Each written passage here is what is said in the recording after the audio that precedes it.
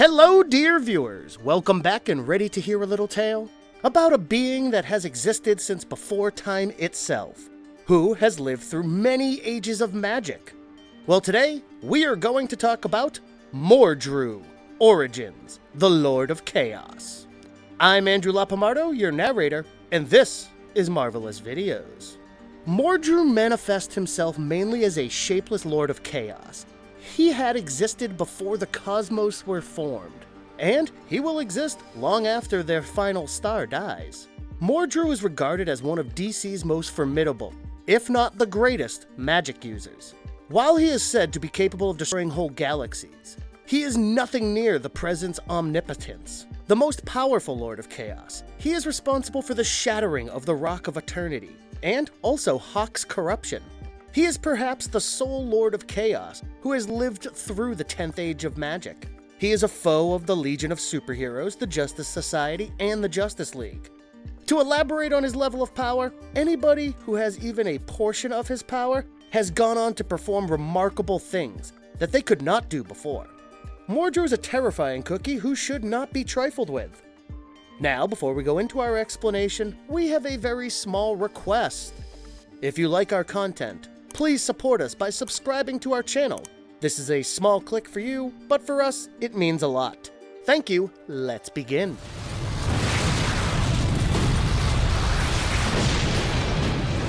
Mordru Origins, master of the ultimate mystic art. Mordru, the Lord of Chaos, begins his life by seizing Rin, one of Lord Topaz's and also Lady Turquoise's twin son. Rin is drawn to the study of dark magic. Rin accidentally resurrects Flaw, an attendant of the child, who is also one of the Lords of Chaos. During a summoning ceremony, Flaw picks Rin to be the Lord's medium as they strive to recapture Gemworld. The Lord renames Rin Mordru after bestowing him with incredible supernatural abilities. Mordru gradually takes over Rin's thoughts and body.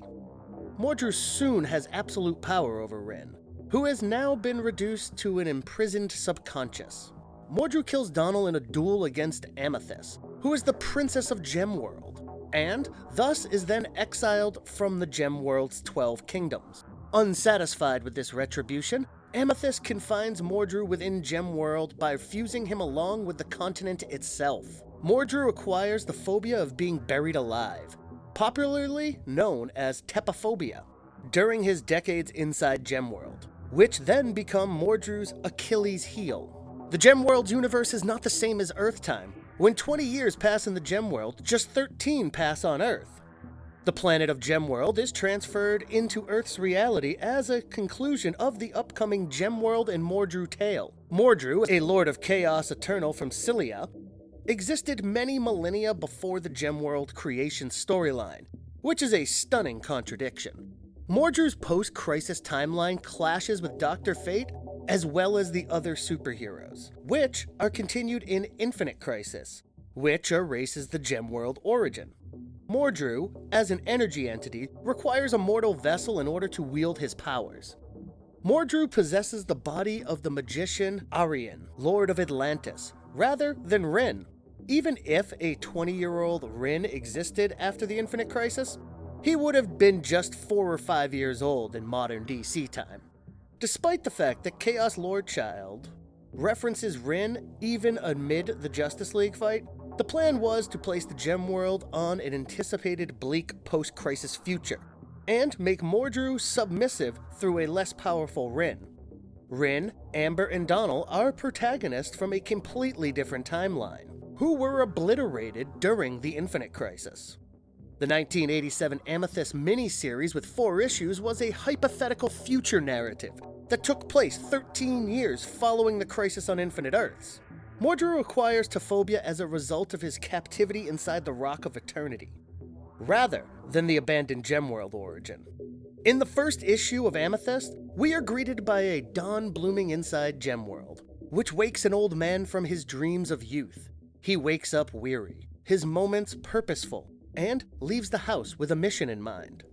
He approaches the statue of a beautiful woman and greets it, proceeding to make conversation with the bedazzled sculpture before he is rudely interrupted by 2 young men, Donald and Trey.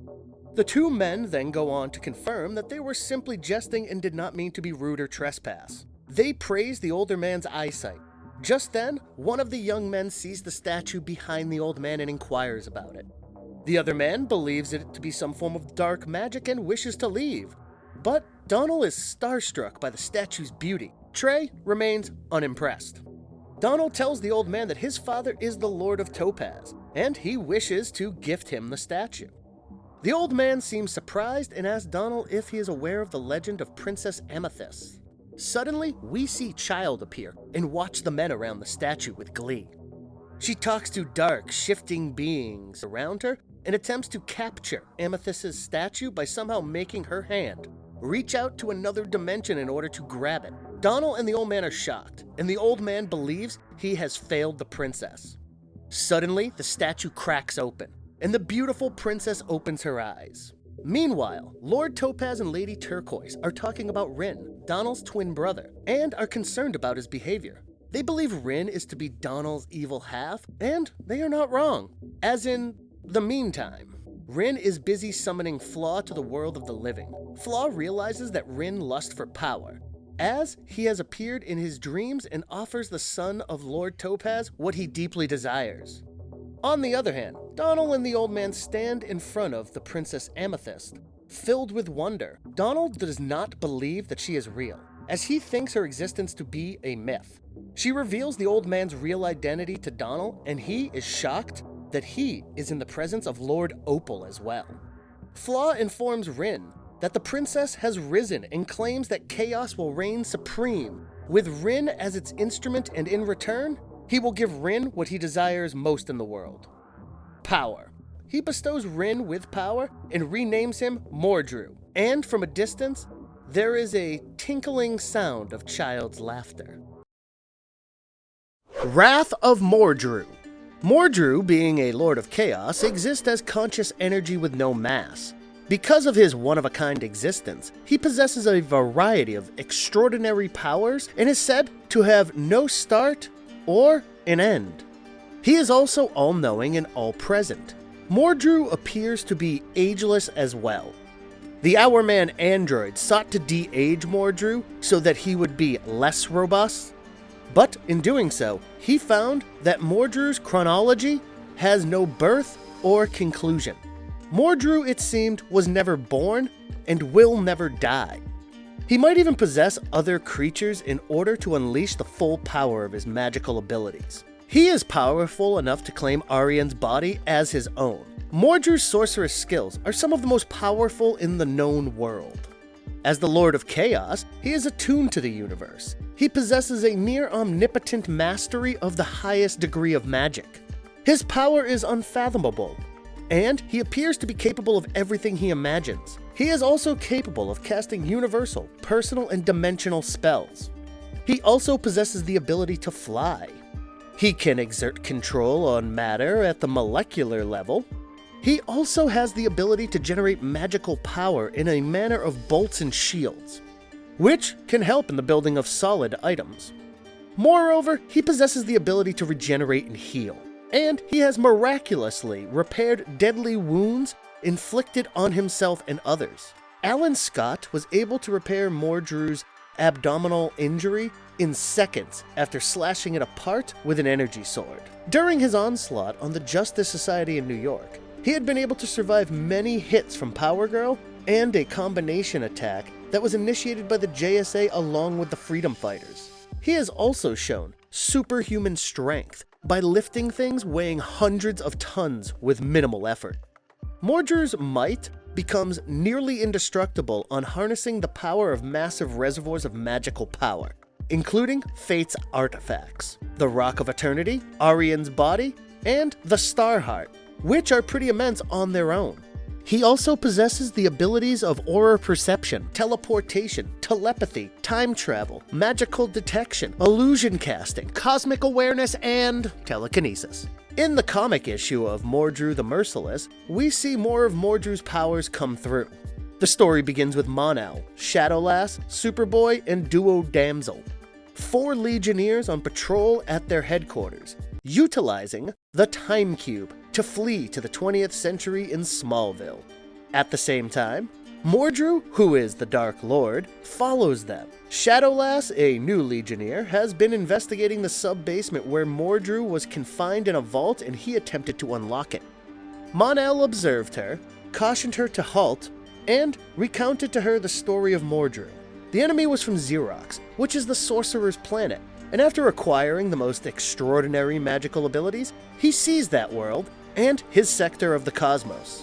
Stargirl was the Legion's captain at the time, and when Mordru invaded Earth, the team's struggle with him appeared to be futile until she commanded Superboy, along with Mon-El, to confine him in an unventilated steel block, robbing him of his abilities. He went into a coma and has been unconscious since. Shadowlass's tinkering, on the other hand, had allowed air to leak into the steel block and resurrect him.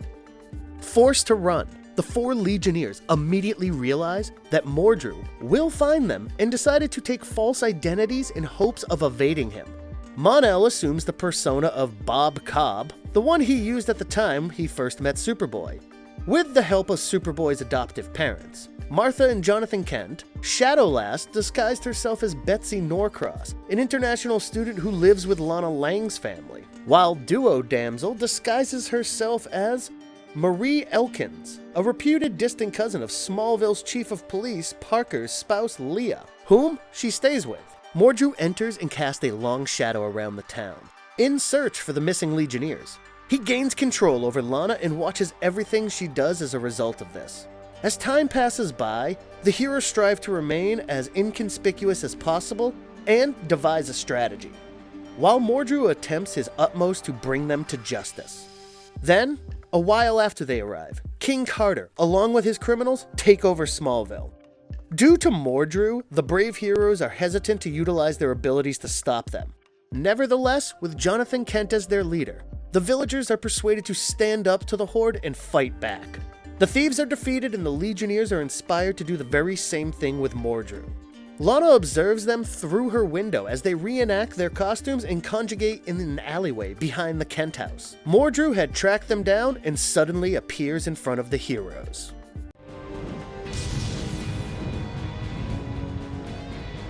Appearances in other media. Mordru was played by Gabriel Dell in the 1979 live-action program Legends of the Superheroes. Here, he performs a wicked rendition of That's Entertainment. Yes, the song. Mordru also appears in the Season 1 episode The Greatest Story Never Told of Justice League Unlimited. He is shown to be in his Silver Age version. Mordru's past is not addressed because the episode concentrates on Booster Gold's quest. His godlike magic, on the other hand, is acknowledged since it takes virtually the whole Justice League to defeat him. Throughout the episode, Mordru wreaks devastation in Metropolis, even combining Superman with Batman, forming one super person who has the voice of Wonder Woman. He is vanquished by the heroes, with Elongated Man giving him the knockout blow. A wizard resembling Mordru, who is voiced by Richard McGonagall, appears as a delegate of the Sorcerer's World Council on the planet Zorok, in the Legion of Superheroes chapter Child's Play. He openly despises the United Planets and favors a conflict with Earth for a minor etiquette violation. Mordru himself returns in the episode Trials, in which he is voiced by Jim Ward. He tries to suck the power of the magicians on the Sorcerer's World Council in order to control Zorok, but is thwarted by Zix and the Legion. Mordru also appears in the DC Universe Online episode as a figure to pursue after obtaining the Crime Bible and the Spear of Destiny. Mordru is essentially a Silver Age figure that continues on in the post-crisis, being one of the individuals who remained untouched by the crisis that happened on Infinite Earths. The present Mordru is a ferocious beast. Mordru's powers are derived from the usage of chaos magic, which would be the equivalent of drawing from the cosmos which you desire, necessitating no manuals, spells, sigils, or the like. As a result, Mordru is free to do whatever the heck he wants. For screaming out loud, he infused enough chaos magic in the Ruby of Life to render the cosmos in parts, then continues to tear a fissure between the ink as well as the very page itself, before striding into it. We can all agree that Mordru is a force to be reckoned with and is possibly one of the most powerful villains ever created. And as always, if you liked our content, don't forget to leave a like and subscribe to us. Also, hit up that comment section below, if you haven't already. Have a good one and be safe. Thanks, everyone. Nice work, elongated man.